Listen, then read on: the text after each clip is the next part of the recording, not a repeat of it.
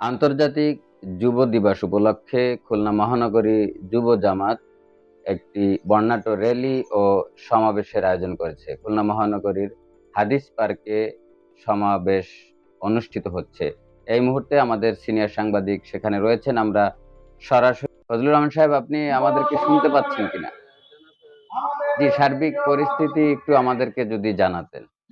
সেখানে জি হ্যাঁ, আমি শুনতে সমাবেশে পাচ্ছি। কেমন লোকের সমাগম হচ্ছে, লোকজন আসতেছে কিনা এবং কারা, কারা সেখানে অতিথি রয়েছে?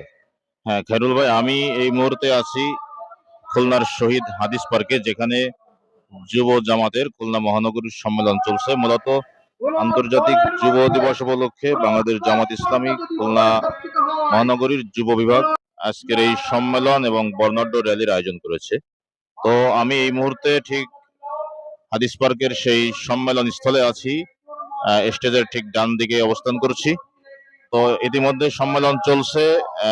এই মুহূর্তে বক্তব্য রাখছেন খুলনা মহানগরী জামাত ইসলামের সেক্রেটারি জনাব অ্যাডভোকেট শেখ জাহাঙ্গীর হোসাইন হেলাল। তিনি কিন্তু এই মুহূর্তে বক্তব্য রাখছেন।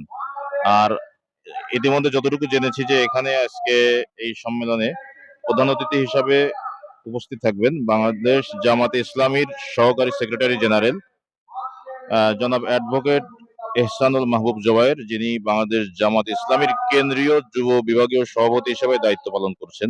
তাছাড়া এখানে বিশেষ অতিথি হিসেবে মঞ্চে উপস্থিত আছেন খুলনা মহানগরী জামাত ইসলামীর সভাপতি, অর্থাৎ বাংলাদেশ জামাত ইসলামী খুলনা মহানগরীর সম্মানিত আমির অধ্যাপক মাহফুজুর রহমান। তাছাড়া আজকের এই সম্মেলনের সভাপতিত্ব করছেন যুব বিভাগীয় সেক্রেটারি বাংলাদেশ জামাত ইসলামী খুলনা মহানগরীর জনাব মুকাররম আনসারী।